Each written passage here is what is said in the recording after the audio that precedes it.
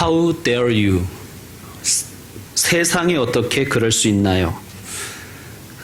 스웨덴에서 온 16세의 환경운동가 그레타 툰베리가 지난 주간 24일 뉴욕 유엔 본부 기후정상회의에서 세계 정상들을 향해 눈물로 호소한 말입니다.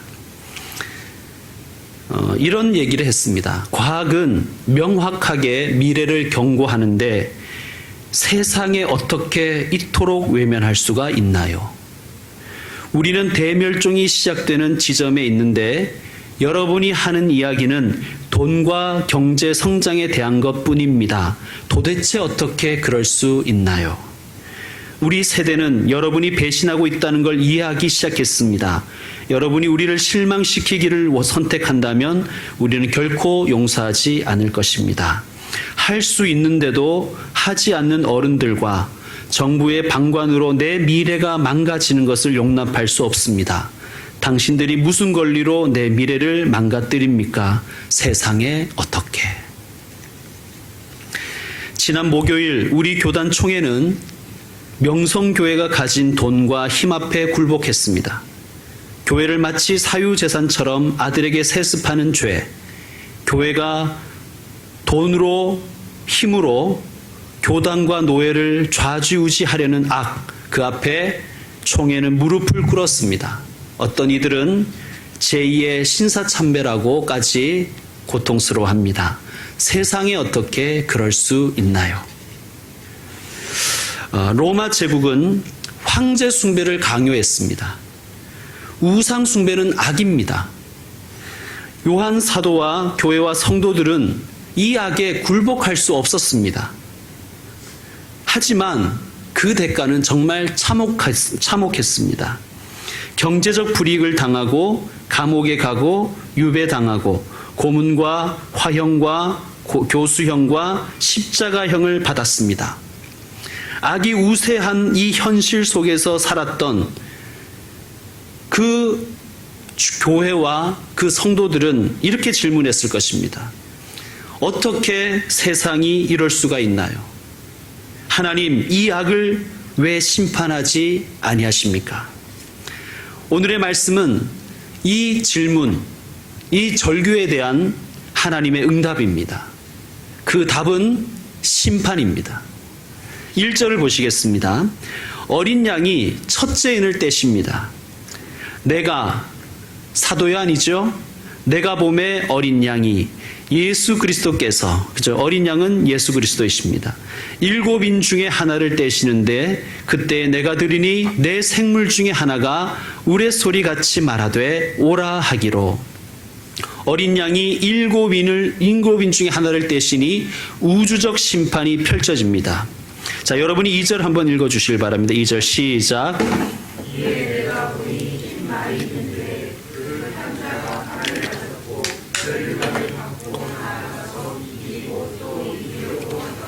아멘. 첫 번째 나타난 심판의 집행자는 흰말과 그 탄자입니다.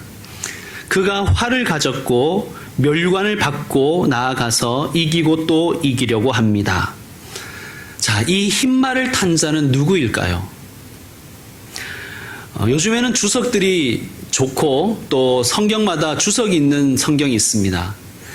어떤 주석에는 복음을 전하는 자 혹은 예수 그리스도라고 주장합니다. 여러분이 가진 성경에 혹시 주석 중에 그런 주석도 있으십니까? 이 흰말을 탄 자에 대해서 논쟁이 좀 있습니다. 누구인가? 인을 떼신 분이 누구시죠? 어린 양, 예수 그리스도시죠. 인을 떼신 분이 예수님인데 인을 떼자 그 안에서 예수님이 나온다는 것은 조금 논리적으로 문제가 있습니다. 그러므로 6장에 나오는 흰말을 탄 자는 적그리스도입니다. 자, 오늘 본문을 손으로 잡으시고 요한계시록 19장으로 한번 가시겠습니다. 계시록 19장.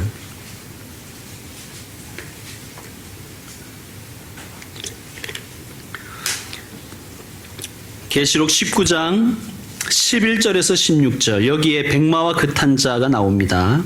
한번 비교해 보는 것입니다. 자, 요한계시록 19장 11절에서 16절 같이 읽겠습니다. 시작. 또 내가 하늘이 열린 것을 보니 보라 백마와 그것을 탄 자가 있으니 그 이름은 충신과 진실이라. 그가 공의로 심판하며 싸우더라.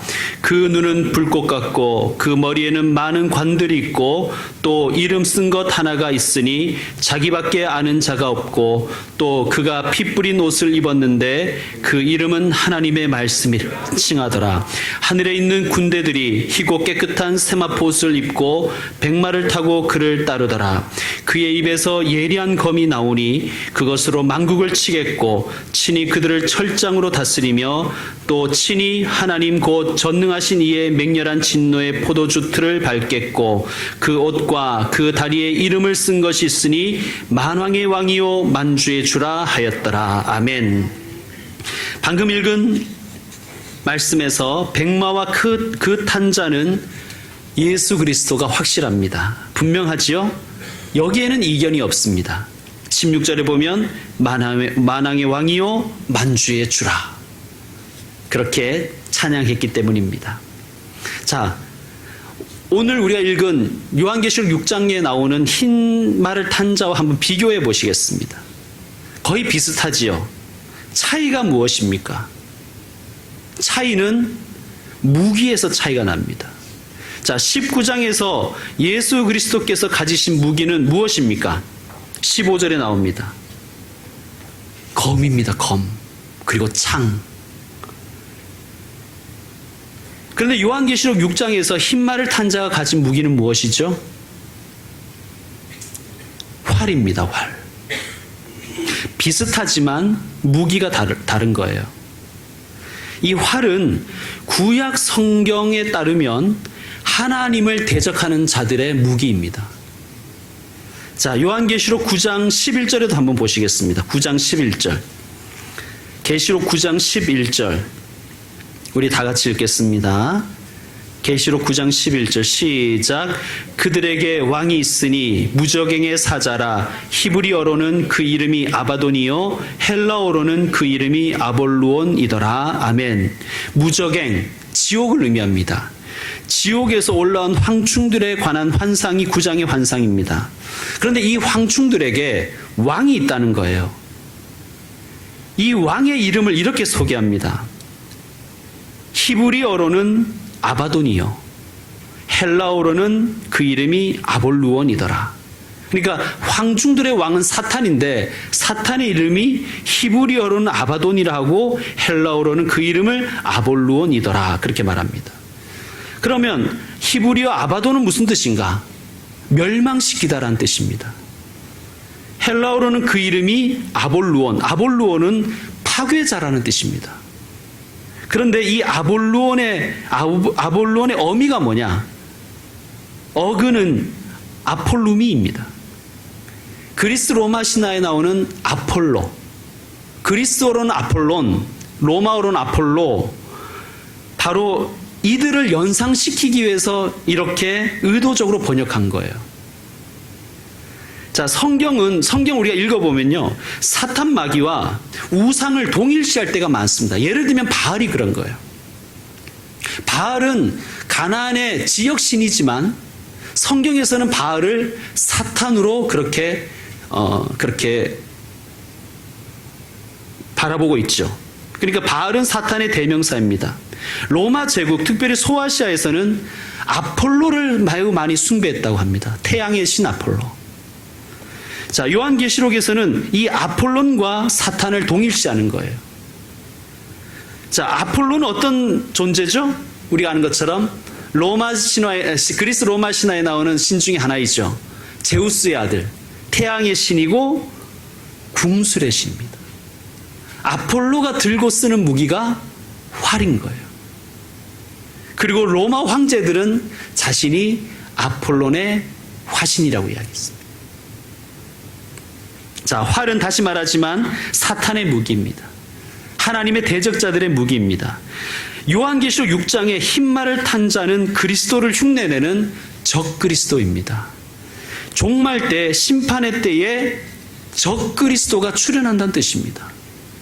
적그리스도, 즉 안티크리스토, 자칭 메시아, 자칭 재림주들이 그리스도를 흉내내는 자들입니다. 웃기는 것은 주로 이렇게 그런 사람들을 보면 흰 옷을 그렇게 입어요. 흰 양복에 백구두를 그렇게 신고 꼭 머리에는 가만히 여러분 보시면 왕관을 쓰고 나옵니다. 그리고 이렇게 얘기합니다. 자기들은 성경대로 믿는다고. 여러분, 성경대로 믿는다고 하니까 더 골치가 아픈 거예요. 심지어 자기들의 집단을 교회라 그러는 거예요. 흉내를 내는 것이죠. 적그리스도는 우리들의 영적 타락의 결과입니다. 열매입니다. 영적 타락에 대한 하나님의 심판이 적그리스도예요. 왜 그러냐면 적그리스도 이단은 우리의 이 이기적인 신앙, 나만 잘 먹고 잘 살고 가정이나 사회나 이 세상에 어떻게 되든지 천국만 가면 된다고 생각하는 우리의 이 영적 이기심의 열매입니다. 우리 신앙이 공공성을 상실해버리고 공공성을 지향하지 않으면 이단과 적그리스도는 우리의 이런 영적 이기심과 허영심을 숙주로 하여 기생충처럼 계속 출현하고 자라갈 것입니다.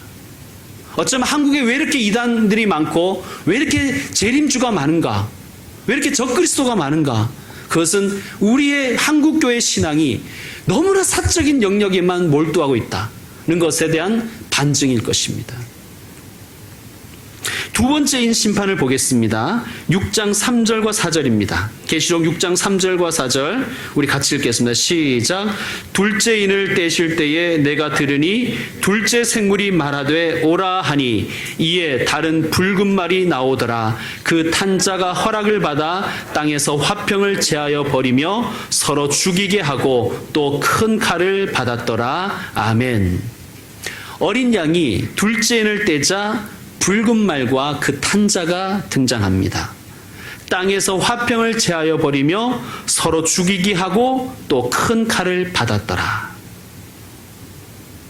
여러분, 붉은색이 상징하는 게 뭐예요? 어떤 분은 이거를 빨갱이라 그러더라고요.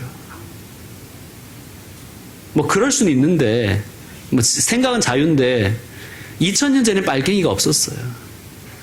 붉은색은 전쟁을 상징합니다.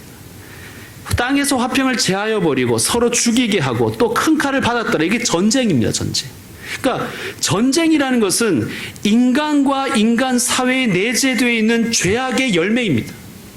그 죄악으로 말미암아 벌어지는 거예요. 이게 전쟁의 본질입니다. 그러므로 전쟁은 죄악의 결과이며 동시에 전쟁 자체가 하나님의 심판이란 뜻입니다. 둘째인의 심판은 전쟁입니다. 세 번째 심판을 보겠습니다. 6장 5절에서 6절 우리 같이 한번 읽겠습니다. 시작. 셋째인을 떼실 때에 내가 들으니 셋째 생물이 말하되 오라 하기로 내가 보니 검은 말이 나오는데 그 탄 자가 손에 저울을 가졌더라.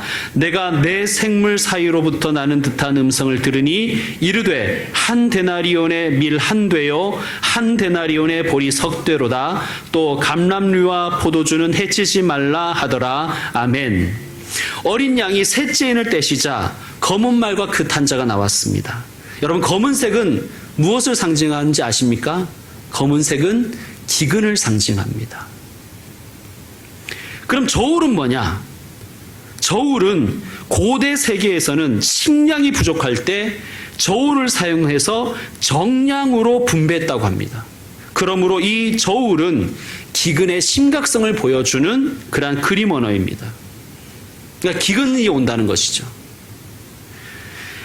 이렇게 말합니다. 한 데나리온의 밀 한 되요 한 데나리온의 보리 석 되로다. 우리가 당시의 물가를 좀 알아야 됩니다.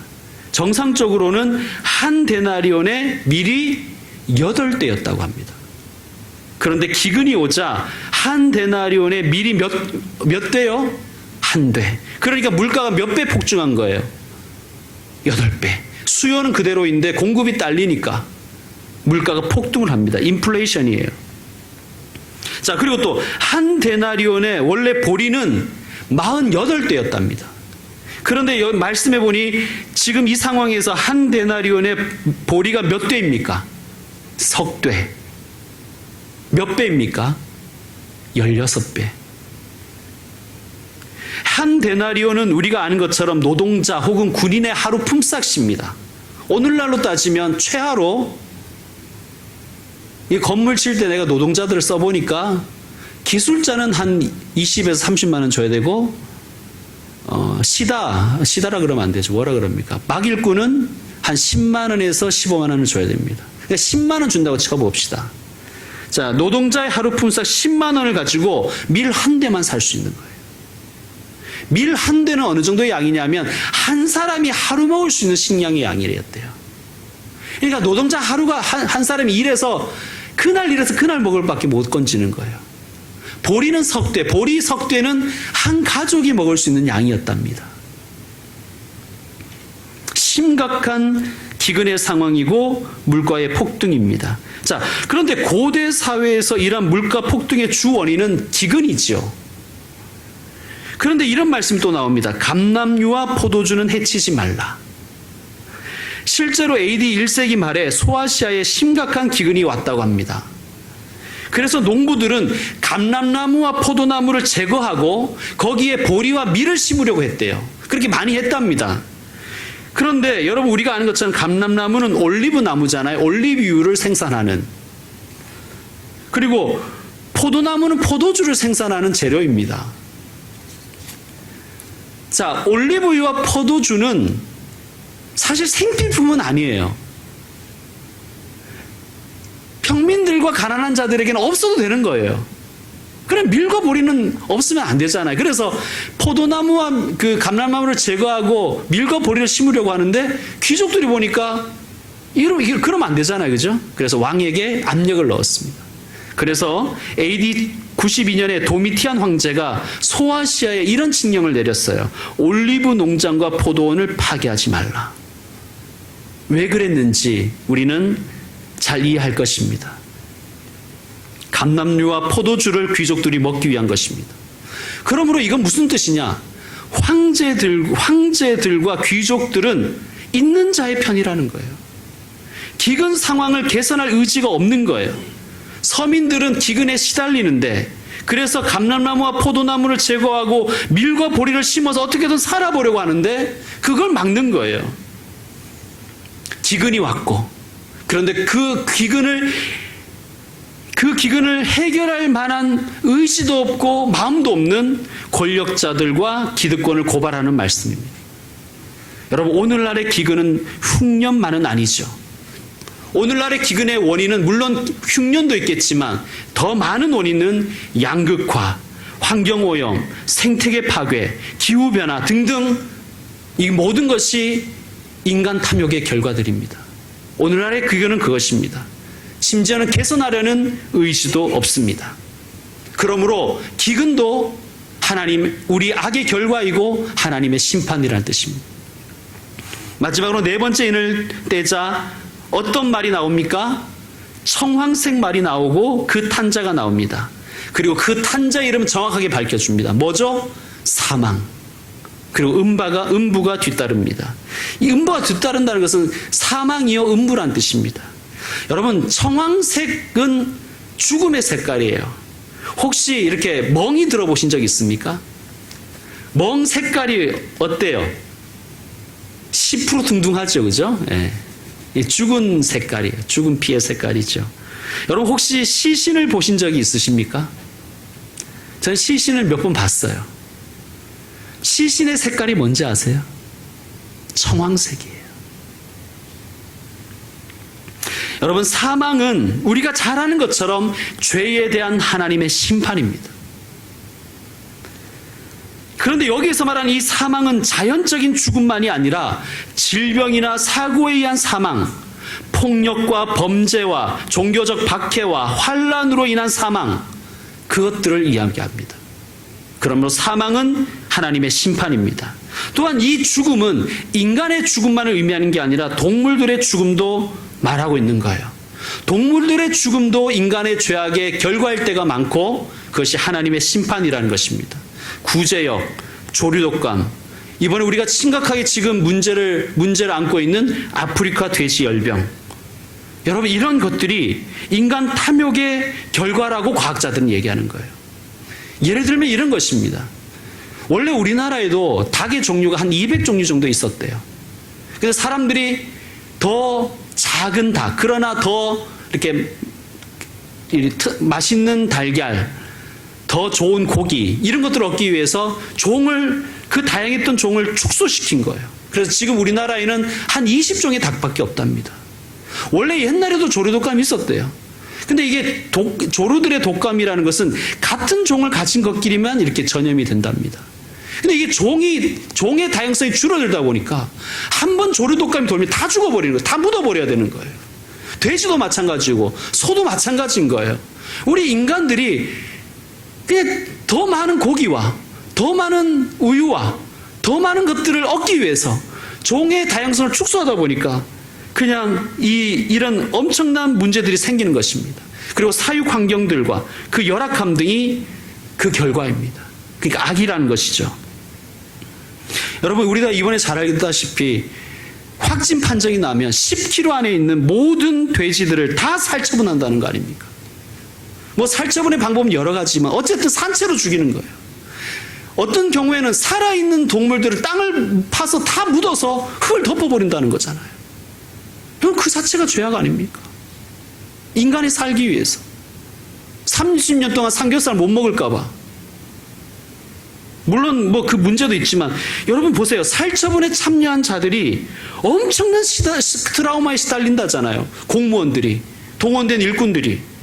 심지어는 그분들 중에 그 동물들이 죽어가는 모습과 그 울부짖음 때문에 잠을 못 자고 자살하는 분들도 있다잖아요. 여러분, 그러므로 그 자체가 인간의 악의 결과이고 그 자체가 하나님의 심판입니다. 자, 정리해 보겠습니다. 적그리스도, 전쟁, 기근, 사망. 예수님의 설교 중에 감람산 설교라는 게 있어요. 혹시 여러분 아십니까? 감람산 설교. 이 설교는 예수님께서 종말에 대해서 예언하신 말씀이에요.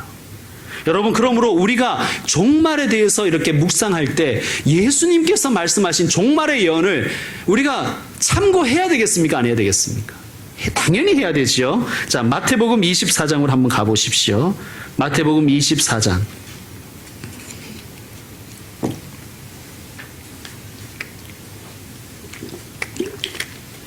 3절부터, 마태복음 24장 3절부터 우리가 같이 함께 살펴보도록 하겠습니다. 여러분 3절을 한번 읽어주십시오. 시작. 예수께서 감람산 위에 앉으셨을 때 제자들이 주님을 왔을 때 우리에게 이르소서 어느 때에 이런 일이 있사오며 또 주의 임하심과 세상에는 무슨 징조가 있사오리까. 아멘. 주의 임하심과 세상 끝에는 무슨 징조가 있겠습니까? 라고 질문했습니다. 4절과 5절 같이 읽겠습니다. 예수께서 대답하여 이르시되 너희가 사람의 미혹을 받지 않도록 주의하라. 많은 사람이 내 이름으로 와서 이르되 나는 그리스도라 하여 많은 사람을 미혹하리라. 아멘. 예수님이 첫 번째로 예언하신 종말의 모습은 적그리스도의 출현입니다.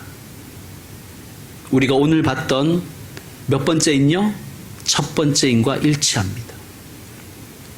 적그리스도가 사람들을 미혹하리라. 그러므로 미혹을 주의하라. 자, 6절 같이 읽겠습니다. 시작.